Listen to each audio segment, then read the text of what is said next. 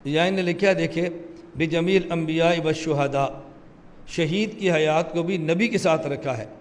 بات سمجھ رہے ہیں؟ عام مومنین کے ساتھ نہیں رکھا۔ حکیم الامت حضرت تھانوی رحمۃ اللہ علیہ فرماتے ہیں کہ بعض احادیث سے ثابت ہے جس طرح پیغمبر کے جسم پہ مٹی کے لیے کھانا حرام ہے، اسی طرح شہید کے جسم کے لیے بھی مٹی کا کھانا حرام ہے۔ اب حضرت تھانوی نے اس پر ایک اشکال اور جواب بہت عجیب دیا ہے۔ حضرت تھانوی فرماتے ہیں کہ جب شہید کے جسم کا مٹی کے لیے کھانا حرام ہے تو کتنے شہداء ہم دیکھتے ہیں کہ ان کی شہادت کے بعد قبر دیکھو تو جسم کو مٹی نے کھا لیا ہوتا ہے، تو حدیث پاک میں حرام ہے اور یہ کہتے کھا لی ہے۔ اب حضرت نے اس کا جواب اتنا پیارا دیا ہے، سچی بات ہے، اگر کسی پیغمبر کے بارے میں بھی ایسی روایت مل جائے نا کہ فلاں نبی کی قبر مبارک تھی اور ان کے جسم محفوظ نہیں تھا اور بنی اسرائیل نے تابوت میں ڈال لیا، ان کی ہڈیاں اٹھا کر لے گئے، اسرائیلی روایت نہ مانے، تصدیق بھی کر دیں تو اس کا بھی جواب اس سے مل جاتا ہے۔ حضرت یوسف علیہ السلام کے بارے میں ایک اسرائیلی روایت ایسے نکلتی ہے، میں اس لیے کہہ رہا ہوں۔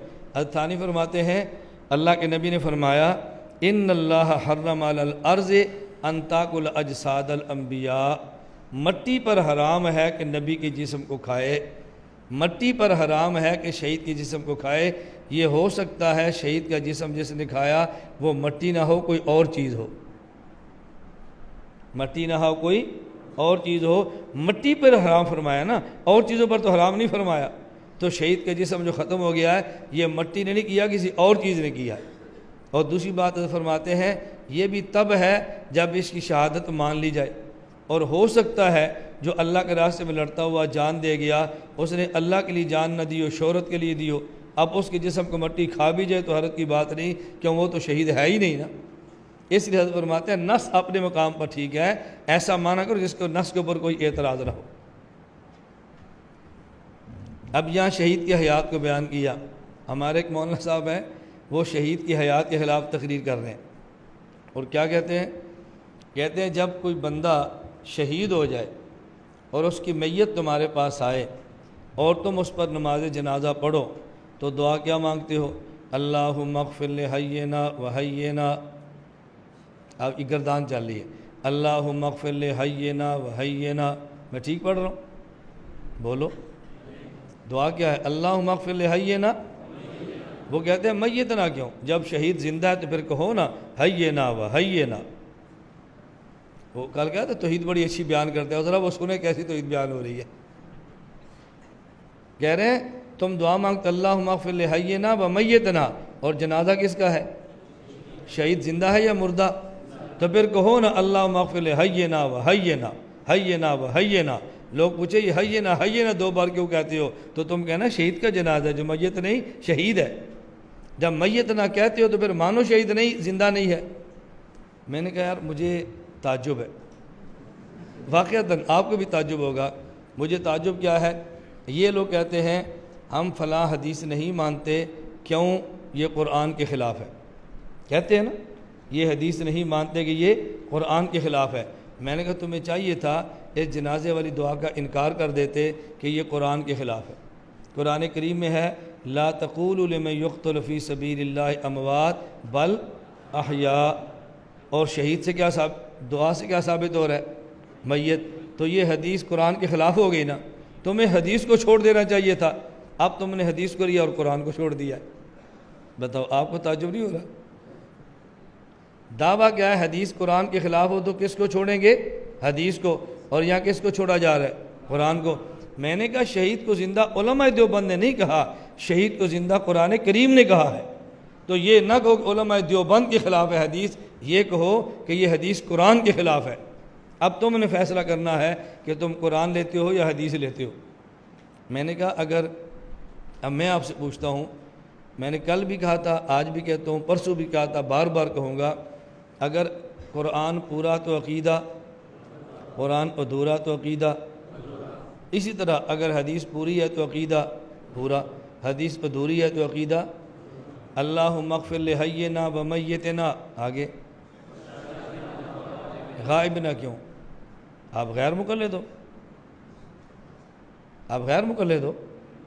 جنازہ غائب کا یا حاضر کا ہے؟ تو کہو نا شاہدنا و شاہدنا، کیوں؟ میت تو شاہد ہے، حاضر تھوڑی ہے، غائب تھوڑی ہے۔ شاہدنا و شاہدنا، آگے و صغیرنا، یہ جنازہ بڑے کا ہے یا بچے کا ہے؟ تو صغیرنا کیوں؟ کون کبیرنا و کبیرنا، آگے و ذکرنا و انثانا، تو یہ جنازہ ابو جی کا ہے تو پھر انثانا کہاں سے و ذکرنا و ذکرنا؟ جنازہ امی جان کا، دیکھو انثانا و انثانا، کیوں امی جان ہے؟ میں نے کہا اگر اعتراض کرنے سے بندہ علامہ بنتا ہے، تم نے اعتراض کیا، میں نے 3 اعتراض کیے۔ اگر اعتراض کرنے کا نام علامہ ہے، فلاں علامہ صاحب ہے، کیوں؟ حدیث پر اعتراض کر دیے، تو میں نے کہا تم نے 1 کیا، میں نے 3 کر دیے، اب آپ فیصلہ کرو کہ بڑا علامہ کون ہونا چاہیے۔ حالانکہ اس کا جواب آپ کو تعجب اس پہ ہو رہا ہے یا نہیں؟ اب میں کہتا ہوں کتنا آسان جواب ہے، جواب بہت آسان ہے بھائی، جنازے میں سامنے موجود میت کی رعایت بھی کرتے ہیں اور جو سامنے موجود نہیں ان کی رعایت بھی کرتے ہیں۔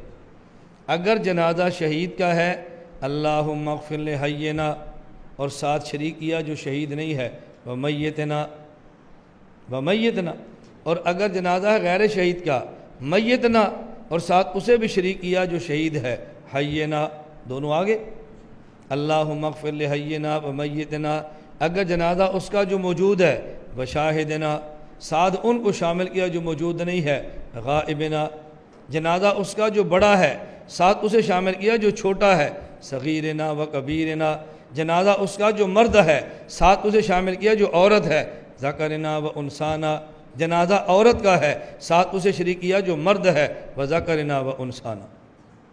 اب بتاؤ کو مشکل کام ہے؟ فرق کیا ہے؟ ہماری قوم کا المیہ کہ جو اعتراضات کرے لوگ اس کو بہت بڑا عالم سمجھتے ہیں، اور جو اعتراضات کا جواب دے اسے بہت بڑا شرارتی سمجھتے ہیں۔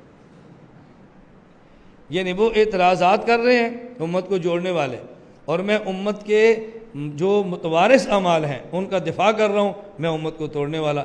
حالانکہ چاہیے تھا کہ لوگ کہتے ہیں یار فلاں توڑتا ہے، فلاں توڑتا ہے، فلاں توڑتا ہے، مولانا الیاس گھومن کو داد دو، یہ امت کو جوڑتا ہے اور امت کی عبارات کا ایسا معنی پیش کرتا ہے کہ امت کے اندر توڑ پیدا نہ ہو۔